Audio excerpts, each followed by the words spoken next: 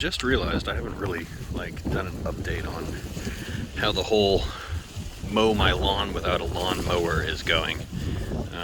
As you can see, there are some casualties to doing something like this. That's a mud puddle.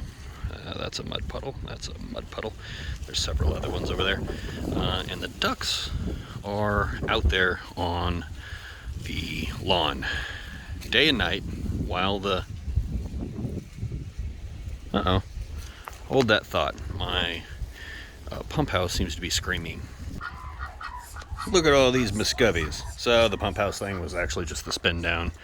I have a little device that tries to grab up the really big chunks of anything that my pump sucks out of the well, actually. I mean, we're talking anything 50 microns or bigger. Which is awesome because all a spin down does, if you're not familiar, if you don't have a well or don't own a spin down and have a well, I would recommend them. I don't know if I would recommend a 50 micron one, probably something a little bit bigger. What it does is it captures those very large pieces of stuff, and we get some very large pieces of stuff. I mean, we're talking sand and stuff of that nature, and the spin down captures that stuff, and once or twice a day, I can't remember what I have it set for, it sucks all of the water that's between it and the well that it can, and shoots it past the outside of the filter and flushes all that stuff onto the floor of my pump house, because I haven't figured out how I'm supposed to connect it to a hose and pipe it out like I did for all the other stuff that wants to do things like that, like my softener. It's some kind of a locking 3/8 inch hose, I think, but I don't know for sure. It's actually hidden underneath something, which makes it even more fun. I really need to do something about it though, because it does poop out a bunch of water all over the floor of the pump house. Not that I'm super worried about it. I hate that pump house and I really want it to rot so I can have an extra special excuse to rip it down, extend the pad a little bit, and order a couple of pallets of bricks and do a pretty one that looks nice.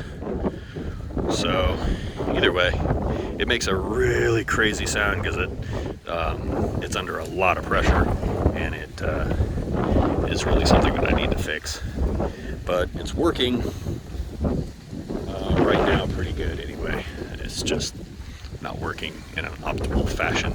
So the ducks are quite possibly responsible for a lot of the mowing that's going on here, and I don't know how audible this thing is. Oh, yep. And then whenever the spin down happens, it does throw a bunch of air into the system. So this guy here is actually supplied with water from the oh, I guess maybe, nope, there it goes. It's supplied from water that's not going through everything that supplies the house, so it hasn't quite got all the air out of the system a lot of times, so you get this sputtering, which is what a diaphragm tank is actually supposed to stop. But the water that comes out here does not have to go through the diaphragm tank, although it can. So there is occasionally some sputtering, which doesn't bother me at all because the water hammer is not too bad, and it's not my house water, it's outdoor water, and it's not really all that terribly bad anyway. Uh-oh, Tom's out here though. So I know I was talking about my lawn earlier, so you can kind of look down here and see it's very low. It's almost like a putting green, and everybody seems to be kind of keeping it that level. And I'm cutting back on everybody's corn rations, and it's really showing on the lawn. Last year I had a lot more chickens, but they weren't able to keep the grass down. They were out here all the time. They ate constantly from it, and I didn't water very good, but still They couldn't keep the grass low. It got to about 7, maybe 8 inches, to the thing where it falls over. And then of course we had the requisite problem with fleas and other pests because there was hiding places on the lawn. This year we're hitting it hard. We've got 11 Muscovys because we picked up Darkwing, and we haven't lost a single Muscovy, other than, you know, when they were shipped. We lost 2 in shipping, but that's pretty normal, really.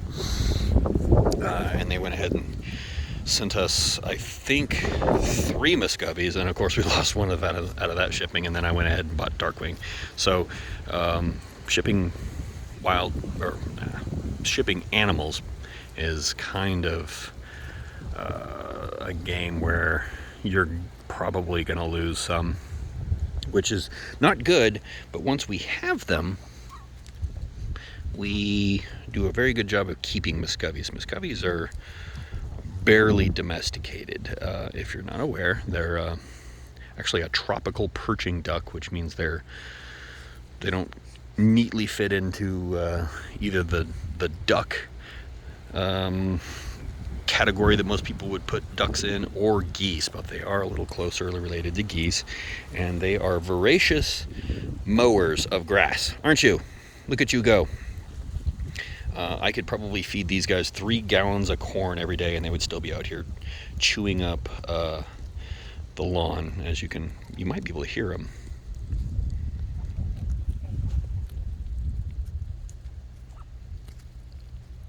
They've got these little things at the end of their beak which hook over, which I affectionately call their snappy beaks, and they are very good at grabbing grass and just yanking it up. Tom and Scarlet have a similar situation, but they have almost like teeth cut into their beaks that makes them a little bit maybe better at doing it, and they're I would hesitate to say bigger birds, but they're both bigger than the female birds will be, and Tom is close to probably the maximum size of the male Muscovies. Here you see a male Muscovy. Is that you, Chunga? It's hard to see you in the dark. No, I don't think that's Chunga. I think that's Buck. Clearly Tom is physically taller and longer and has a longer wingspan, but I don't think he's that much heavier, if he is at all, than the male Muscovies. And they're just voracious eaters of grass and bugs, and I bet if a mouse ran across here, you would see a train of Muscovies just chasing the heck out of the poor thing, and if they caught it, they would eat it. If it's small enough to fit down the neck of one of these Muscovies, they will eat it. So, you know, if you have ornamental fish that you keep outdoors that is small enough to be eaten by Muscovy, they will definitely try it. I would say it would need to be at least 4 inches long and 2 inches wide in order for them to be like, well, maybe I shouldn't eat it. I'm going to try anyway, because that's the kind of animal they are. But they are very effectively mowing my grass here. And we have maybe half again more lawn than we did last year, and they're still keeping it mowed extremely well.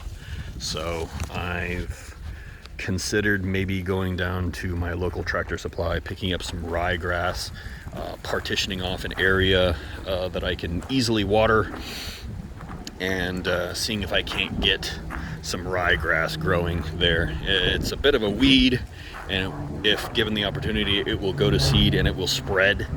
And if you didn't want it in your lawn, you're going to be really sad, because it's going to be there forever. It'll grow in winter where we are, and it grows to a height where you go, all right, well, it's time to mow in 7 days. Every 7 days, while it's getting some decent water and low competition from more attractive grass plants. So it's not something you want to throw on your lawn, and it won't be something that I throw on my lawn here. But if I can get it growing in the margins, maybe in my forested areas, awesome. That would just be fine by me. And so I'll probably throw it on my back pasture and see if I can't figure out a way to keep the goats out of it while it's growing, and then it'll probably take off I don't know if they'll grind it down good enough, but I might throw it in my my chicken pen as well and just see how it goes. It's that kind of thing that you grow and you go, I like this because I can watch it grow. It's like bamboo that's been, you know, effectively matured so that it's growing shockingly fast, which I'm also thinking about doing a little bit of bamboo. So I think my goats would probably keep it under control more than I want them to. But, you know, we'll see. Wow, there's very few birds back here. See my fence chickens. They like the sitting on the light there. I cannot get grass to grow back here. Maybe I'll throw ryegrass back here. It's growing okay up there, but I think the birds are keeping new sprouts from growing, so we just have corn rows out in the middle of nowhere. This is getting watered for, I think I've got it up to 45 minutes 6 times a day, and I can't get anything to grow, not even weeds. And the dirt's fine too. I mean, there are some rocks that I've dug up. That was practicing with the, what was it, heavy hitch subsoiler. Wanted to see what happened. What happened was I broke shear pins, grade 2 shear pins, like they were toothpicks. So, also I think I kind of bent up the receiver for the subsoiler a little bit, which is really funny because I was using it exactly how you are supposed to. But yeah, whatever. That was fun. I don't have new shear pins. I've got grade 5 in there now, but I'm not going to attempt to do anything when I could accidentally break the implement. So I use that to put it back together and then set it down. In fact, it's right there. But it might get used. We might attempt to do some work this weekend. I'd like to see if maybe I can cut across my driveway in the back there and put a pipe underneath the ground and attach to my watering system. That would be super cool. But let's see if my lovely wife is off work and I can go in and see what we're going to do for dinner. That would be awesome.